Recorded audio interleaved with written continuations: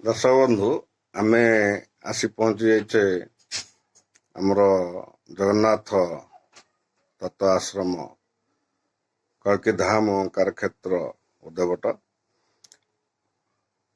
वर्तमान गोटे परिस्थिति रे गोटे आशा विश्वास उपरे गोटे प्रश्न उठी बहुत विज्ञानी एवं ज्ञानी गुणी व्यक्ति उच्च शिक्षित व्यक्ति मान प्रश्न कर एगुड़ा सब भांडामी चलती भगवान भगवान सेमती किसी ना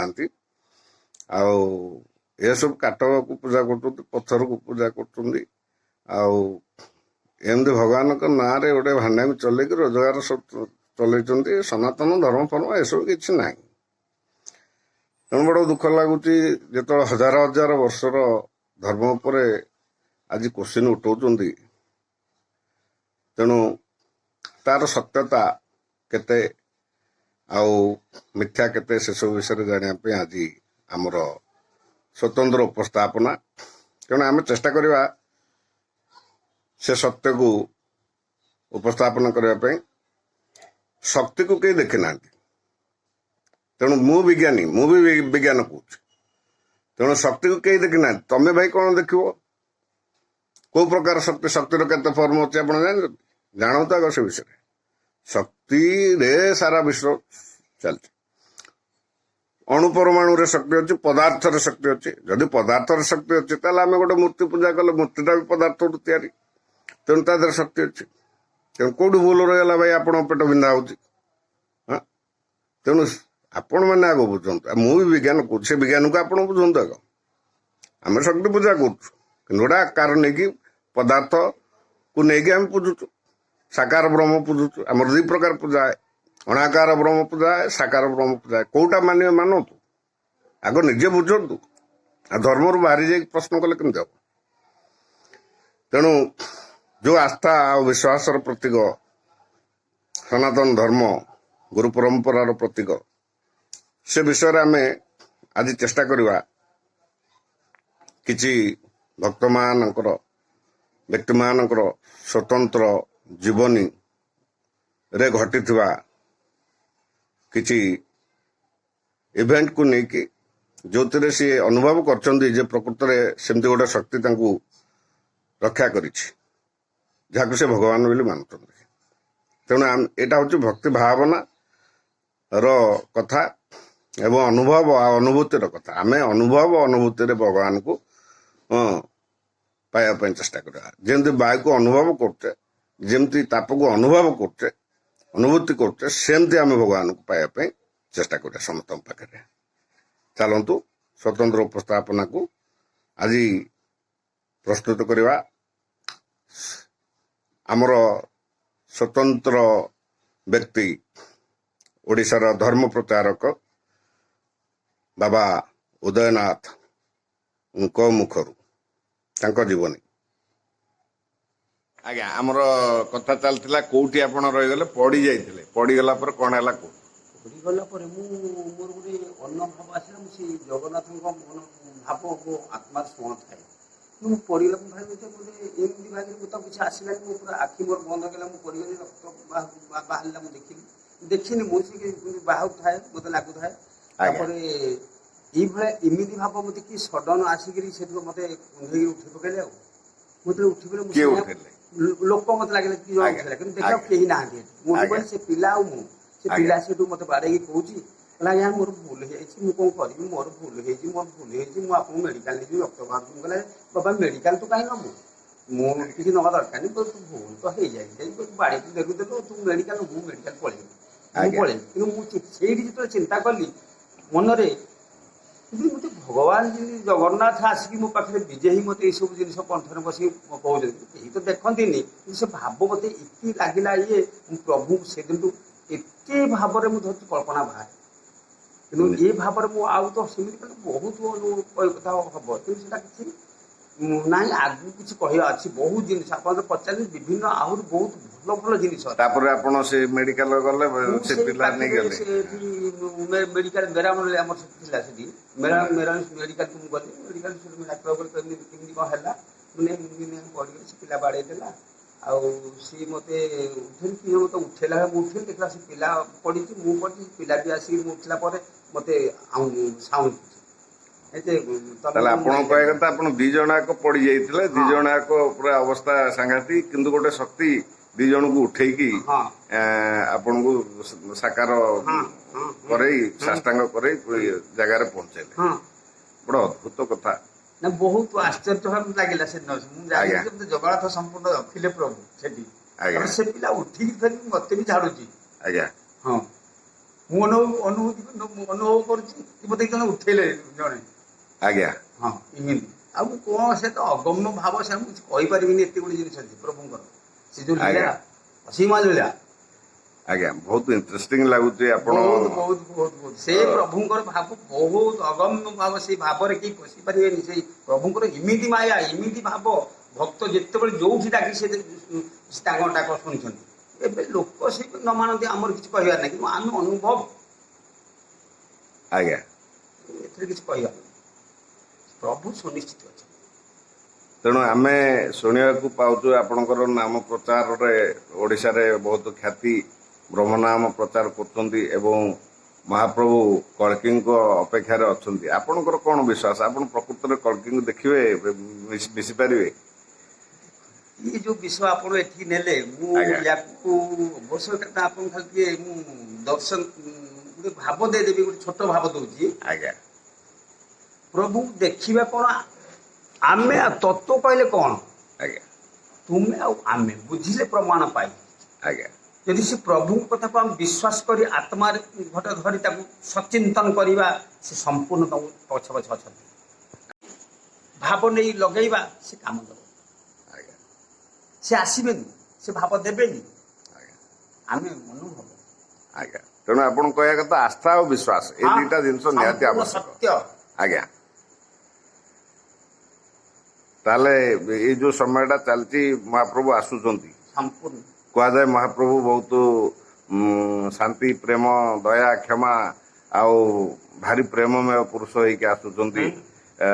ଆପଣ ଟିକେ ସେଇ ବିଷୟରେ ଟିକେ କହୁନାହାନ୍ତି। ମହାପ୍ରଭୁ ବିଷୟରେ ଆମକୁ ବହୁତ ଜାଣିବା ପାଇଁ ଇଚ୍ଛା ହଉଛି। ସେଟା ଦେଖନ୍ତୁ ଏଇସବୁ ହେଲା ତ ବହୁତ ଜିନିଷ ଅଛି। ତେଣୁ ଆମେ ଲୋକ ତ ବିଭିନ୍ନ ପ୍ରକାର ଚିନ୍ତା କରୁଛନ୍ତି। ସେ ଜିନିଷ ଯେତେବେଳେ ନିଜକୁ ନିଜେ ଚିନ୍ତା କରିବେ, ସେ ଭଗବାନ ଆମ ନିଜ ଦେହରେ ଆସିବେ। ଆଚ୍ଛା ଆପଣଙ୍କ ଦେହରେ ଆସିବେ, ମୋ ଦେହରେ ଆସିବେ। ଆଜ୍ଞା ତେଣୁ ଏ ଭାବଟା ଲାଗିବ କମ୍ ଦିନ ଆସିଗଲାନି, ସବୁ ଏକତା କୋଠୁ ଭୋଗ ହେଇଗଲାନି। ଆଜ୍ଞା ସତ୍ୟ ପୁରା ଏକଦମ ଏ ଯୋଉ ମିନସନି ଭୋଗ ଭାବ ଥିଲା ଆମର, ଏଇ ସବୁ ଭାବ ଭୋଗ ହେଲା। କାଲି ଶୂନ୍ୟା ଗଲା। ଏଇ ଯୋଉ ଶୂନ୍ୟଟା ପଡିଲା ଏଇଟା ମିନସନି ଗୁରୁବାରରେ ମଧ୍ୟ ପଡିଲା। ଦେବତାଙ୍କର ଏଇଟା ହଉଛି ଆଜ୍ଞା ଓಂ ଶ୍ରୀ ପୂର୍ଣ୍ଣକୁମ୍ଭ ଚୂତପତ୍ର ପୁଷ୍ପମାଲ୍ୟ ପତାକା ଶ୍ରୀ ଆଜ୍ଞା ଶ୍ରୀ ଦିବ୍ୟସିଂହ ରାଜାଙ୍କର ଏଇ ଦେବତାଙ୍କୁ ନେଇକି ତାଙ୍କ ନୂତନ ବର୍ଷ ଆମର ଦେହଟା। ଆଜ୍ଞା ତେଣୁ ଆମର ତ ସେ ଜାନୁଆରୀ 1 କହୁଛନ୍ତି, ସେଟା ହଉଛି ଆମର ଇଂରାଜୀ ମାନଙ୍କର। ଆଉ ପଣା ସଂକ୍ରାନ୍ତି ଆମ ମାନଙ୍କର, ଆମ ହିନ୍ଦୁ ସମ୍ପ୍ରଦାୟର ଆଜ୍ଞା ଆଉ ନୂତନ ବର୍ଷ ଏଇଟା ହଉଛି ଦେବତାଙ୍କର ଏଇ ଶୂନ୍ୟଟା। ଆଜ୍ଞା ଏଇ ଯୋଉ ଭାବ ଏସବୁ ଲୋକ ଜାଣିବେନି। ଜଗନ୍ନାଥଙ୍କର ଏଇ ତତ୍ଵରେ ପଶିବା ବହୁତ କଠିନ। ଆଜ୍ଞା ହଁ ବିଭିନ୍ନ ପ୍ରକାର ଶାସ୍ତ୍ରଜ୍ଞ ଅଛନ୍ତି, ସେ କହୁଛନ୍ତି ସବୁ କରୁଛନ୍ତି, ଆମେ ତାଙ୍କୁ ସମ୍ମାନ ଦଉଛୁ। କିନ୍ତୁ ତା ଭାବ ଯିଏ ନ ନେଇ ସେ କିଛି ପାଇବେନି। ଭାବରେ ସେ ନାବ ତମକୁ ଦେଇଦେବେ।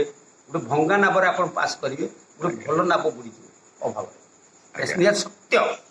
ତାହେଲେ ଆପଣ ସିଓର ଯେ ପ୍ରଭୁ ଆସୁଛନ୍ତି? ଆପଣ ହଁ ନିଶ୍ଚୟ ସମ୍ପୂର୍ଣ୍ଣ ଆସୁଛନ୍ତି। କଣ ଆପଣଙ୍କ ଦେହରେ ଆସିବେ, ମୋ ଦେହରେ ଆସିବେ, ଅନ୍ୟାନ୍ୟ ଦେହ ତାଙ୍କୁ ଯିଏ ଚିନ୍ତନ ଭାବନ କରିବ ତାଙ୍କ ଦେହରେ ସିଏ ନିଜେ ଖେଳ କରିବା। ନିଜେ ଭଗବାନ ଜନ୍ମ ହେଇ ଆସିବେନି। ଏଇ ଭାବ ହଉଛି ଏଇ ଗୋଟିଏ ଭାବ, ତୁମେ ଆଉ ଆମେ। ଆଜ୍ଞା ସତ୍ୟକୁ ଯଦି ସଦାସର୍ବଦା ଚିନ୍ତନ କରିବା, ଭଗବାନ ଆମ ପଛେ ପଛେ ଅଛନ୍ତି। ଆଜ୍ଞା ଏ ସତ୍ୟ। ଆଉ ଆଜି ତ ଗୁରୁ ଦିବସ, ତେଣୁ ଆମେ ଗୁରୁଙ୍କ କଥା ଟିକେ ପଦେ ଆଲୋଚନା କଲେ ଭଲ ଲାଗିବ ମତେ। କାହିଁକି ନା ଆପଣ ନିଶ୍ଚୟ ଗୁରୁଙ୍କୁ ଦେଖିଥିବେ, ଆମର ତ ସେ ସୌଭାଗ୍ୟ ନଥିଲା, ଆମେ ଦେଖିପାରିନୁ। ତେଣୁ ଗୁରୁ ଭଗବାନ ଦାସଙ୍କୁ ଆପଣ ଭେଟିଛନ୍ତି? ନାଇଁ ମୁଁ ଦେଖନ୍ତୁ ୟା ତତ୍ଵକୁ ଗଲେ ବହୁତ ଗଭୀର ଭାବ ହେଇଯିବ। ଆଜ୍ଞା କାହିଁକି ସେ ଭାବ ହେଲେ ମୋର 92 ମସିହାରୁ ଏଠିକି ଆସିକି ଉଦୟଭଟ୍ଟରେ ମୋର ମୁଁ ଯିବା ଆସିବା କରେ। ମୁଁ ତାଙ୍କ ସହିତ ମୁଁ ଚଳପ୍ରଚଳ କରେନି କାହାକୁ, ବା ଆଜ୍ଞା ଚିହ୍ନା କାହାକୁ ଦିଏନି। ହୁଁ, ବୁଝିପାରିଲେ? ଆଜ୍ଞା ତେଣୁ ମୁଁ ସେ 92 ମସିହାରୁ ମୁଁ ଆସେ, ତେଣୁ ଯାଏ ଆସେ, ମୁଁ ଏସବୁ ପରିକ୍ରମ କରି ମୁଁ ପଳେଇଯାଏ। ସେ ଆଜ୍ଞା କ୍ଷୀର ଗଛ ମୂଳେ ମୁଁ ମୋର ଧୂପ ଲଗାଏ, ମୋର ଆରାଧନା କରି ମୁଁ ଯାଏ। ଆଜ୍ଞା ଏବେ ଏଠି ମୋତେ 15 ମସିହାରୁ ଆସିଲେ, ମୋତେ ସେ ଡାକିଲେ ଖାଇବା ପିଇବାକୁ, ମୁଁ ଖାଇଲି। 19 ମସିହାରୁ ଏସବୁ ଜାଗାଟା ମୋତେ ଲାଗିଲା। ଆଜ୍ଞା ତେଣୁ ମୁଁ ତାଙ୍କ ସହିତ ମୁଁ କଥୋପକଥନ ହେଇନି। ଆଜ୍ଞା କିନ୍ତୁ ତାଙ୍କ ଯୋଉ ଶାସ୍ତ୍ର ଲେଖିଛନ୍ତି ବା ଆମର ମେନ୍ ହଉଛି ରାଜୀବ ଲୋଚନ। ଆଜ୍ଞା। ରାଜୀବ ଲୋଚନ ଆମକୁ ଲୋକଲୋଚନକୁ ଆଣିଲେ ଏଇ ଉଦୟଭଟ। ଆଜ୍ଞା ତାଙ୍କ ବହିରେ ମୁଁ ଦେଖିଲି ଭଗବାନ ଦାସଙ୍କ ବହି କିମ୍ବା ରାଜ୍ୟଲୋଚନ ବହି ଭଗବାନ ଦାସଙ୍କ ବହି ବୋଧହୁଏ ହୁଁ। ତାଙ୍କ ବହିରେ ଆପଣଙ୍କ ନାଁ ଲେଖା ହେଇଛି ଯେ ଆପଣ ଧର୍ମ ମାନେ ବ୍ରହ୍ମନାମ ପ୍ରଚାର କରିବେ ଆପଣଙ୍କ କଳକି ଲୀଳାର ଗୋଟେ ଅଂଶ ହେଇକି ଆପଣ ଆସିଛନ୍ତି ସେଟା ପଢିଲା ପରେ ମୋର ମୋଠି ହେଇଗଲା ମୁଁ ଚିନ୍ତା କଲି ମାନେ କେତେ ମହାନ ପୁରୁଷ ଜନ୍ମ ନିଅନ୍ତି ଏ ଭୂମିରେ ତା ବିଷୟରେ ଆଗରୁ ମହାପୁରୁଷ ମାନେ ଜାଣିଥାନ୍ତି ତେଣୁ ସେ ଲେଖିଲେ କେମିତି ଆପଣଙ୍କୁ ଚିହ୍ନିଲା ପରେ ଲେଖିଲେ ନା ଚିହ୍ନିବା ପୂର୍ବରୁ ଲେଖିଥିଲେ ସେଟା? ନା ମୁଁ ସେ ବିଷୟରେ କହିପାରିବିନି ସେ ଆଜ୍ଞା ପ୍ରଭୁଙ୍କର ଇଚ୍ଛା। କାହିଁକି ମୁଁ ସେଇଟା କାହିଁକି ଗୋଟେ ସେ ସବୁ ଜିନିଷ ଆମ ପାଖେ ସେ ମିଥ୍ୟା ଜିନିଷ ଯିବନି। ଆଜ୍ଞା ସେ ସବୁ କଣ ଲେଖା ହେଇଛି ସେ ବିଷୟରେ ଆମେ ବି କିଛି ଧାରଣା ନଉନୁ। ଆପଣ ଆଜ୍ଞା ଯେତେବେଳେ କହିଲେ ଆପଣମାନଙ୍କୁ ଧନ୍ୟବାଦ। ଏ ଭାବ ଆମେ ସେତେବାର ପର୍ଯ୍ୟନ୍ତ ଯାହା ବି ହଉ ସବୁ ତ ଆସ୍ଥା ବିଶ୍ୱାସ ସମ୍ମାନ ଆଶା ବିଶ୍ୱାସ ଭକ୍ତି ବିଶ୍ୱାସ ଭାବ ଭାବର ଆମର ସନାତନ ଧର୍ମ ସେଇଥିରେ ଚାଲିଛି। ସେଇଥିରେ ଚାଲିଛି। ଗୁରୁ ପରମ୍ପରାରେ ଆମ ହୁଁ। ସନାତନ ଧର୍ମ ଚାଲିଛି। ତେଣୁ ବଢିଆ ସୁନ୍ଦର ଉପସ୍ଥାପନା ସେଥିପାଇଁ ଆପଣଙ୍କୁ କୋଟି କୋଟି ଧନ୍ୟବାଦ। ଆମକୁ ଟିକେ ଆଶୀର୍ବାଦ କରନ୍ତୁ ଆମେ ମଧ୍ୟ ଆପଣଙ୍କ ସେବାରେ ସବୁବେଳେ ଉପସ୍ଥିତ ରହିବୁ। ଏଇଭଳିଆ ଭାବ ଜଗନ୍ନାଥ ଆପଣଙ୍କ ପଛରେ ସଦା ଥାଆନ୍ତୁ। ଆଜ୍ଞା ଆଉ ଗୋଟେ ଆଉ ସମାଜକୁ ଗୋଟେ ଦିଗଦର୍ଶନ ଗୋଟେ ମେସେଜ ଦିଅନ୍ତୁ ଲୋକମାନେ ଯୋଉ ହନ୍ତସନ୍ତ ହଉଛନ୍ତି ପରିବାରରେ ଆଉ ସମାଜରେ ପରିବାରରେ କେମିତି ଯୋଉ ହନ୍ତସନ୍ତ ହଉଛନ୍ତି ଦୁଃଖ କଷ୍ଟ ଭୋଗୁଛନ୍ତି ସେମାନେ କେମିତି ଟିକେ ସୁଖ ଶାନ୍ତିରେ କେମିତି ରହିପାରିବେ ଗୋଟିଏ ଧାଡି କି ଦି ଧାଡିରେ ଟିକେ କୁହନ୍ତୁ। ଏଇ ତ କଥା ଆମ ସାଂସାରିକ ନୀତିରେ ସମାଜ କଥା କହିବାକୁ ଗଲେ ଏଇ ଯୋଉ ବହୁତ ତଳେ ଅଛି। ମୁଁ ଏ ବିଷୟ ଆଜ୍ଞା କଣ କହିବା ବାବା ଦେଖନ୍ତୁ ବାବା ଏସବୁ ଜିନିଷ ହଉଛି ଯେ ପର୍ଯ୍ୟନ୍ତ ଆମ ପରିବାରର ବାପା ମା କଥାଙ୍କୁ ଯେତେବେଳେ ଆମେ ଅବମାନନା କରି ଆଗକୁ ଯାଉଛନ୍ତି ନିଶ୍ଚୟ ଆମେ ବିପଦରେ ପଡ଼ିବା।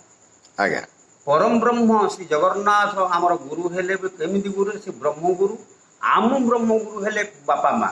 ବାପା ମାଙ୍କ ଆଜ୍ଞା କଥା ଯୋଉମାନେ ମାନୁଛନ୍ତି ସେ ସଦା ସର୍ବଦା ପ୍ରତ୍ୟେକ କ୍ଷେତ୍ରରେ ଜୟଯୁକ୍ତ କରିବେ।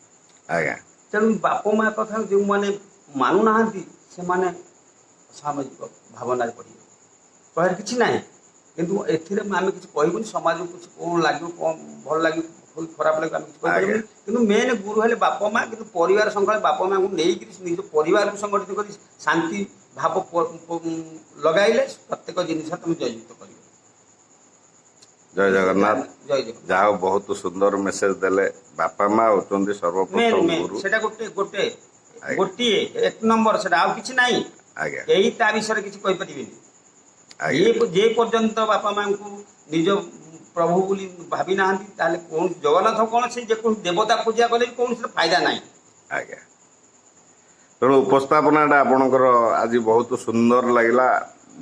ଆଶା କରେ ସବୁ ଦର୍ଶକ ଆଉ ଭକ୍ତ ଭାଇ ମାନଙ୍କୁ କିଛି ନିଶ୍ଚୟ ଭାବରେ କିଛି ଦିଗଦର୍ଶନ ମିଳିଥିବ ଏବଂ କିଛି ସୁରାଗ ମିଳିଥିବ ସେଇ ଅଲୌକିକ ଶକ୍ତି ବାବଦରେ ସେମାନେ କିଛି ଜ୍ଞାନ ଅର୍ଜନ କରିପାରିଥିବେ ଏବଂ ଆସନ୍ତା ଦିନ ମାନଙ୍କରେ ଆମେ ଚେଷ୍ଟା କରିବା ଆପଣଙ୍କର ଆଉ କିଛି ଅନୁଭୂତି ପକେଇବା ପାଇଁ। ସେଗୁଡ଼ା ତ ଅଛି ବିଭିନ୍ନ ପାଇଁ କୁହାହବ ଏଇ ସାମାନ୍ୟ କଥା କୁହାଗଲା ଆଉ ଆଜ୍ଞା କିଛି ଆଉ କହିହବନି କାହିଁକି କହିଲ ଆଜ୍ଞା ବର୍ତ୍ତମାନ ଏବେ ବି ଆମର ଏଇ ସତ୍ୟ ଆସିଯାଇଛି କିଛି ଆଉ ଏଇଠି ଅସୁବିଧା ହଉନି। 1 ତାରିଖରୁ ଆମର ଯୋଉ ଭାବ ଭଗବାନଙ୍କର ଲୀଳାରେ ସାଧକ ଭାବକ ପୂଜକ ମାନେ ଯୋଉ ପ୍ରଭୁ ଚିନ୍ତନରେ ଅଛନ୍ତି ତାଙ୍କ ଯେଉଁମାନେ ଭାବୁଛନ୍ତି ସେମାନଙ୍କ ପାଖେ ଭଲ ଭାବନା ଆସି ପହଞ୍ଚିବ। ଯେଉଁମାନେ ଭାବୁନାହାନ୍ତି ଏଇଠୁ ତାଙ୍କର ଭାବନା ଲାଗିବ ନାହିଁ। ଓକେ ଜୟ ଜଗନ୍ନାଥ। ଜୟ ଜଗନ୍ନାଥ।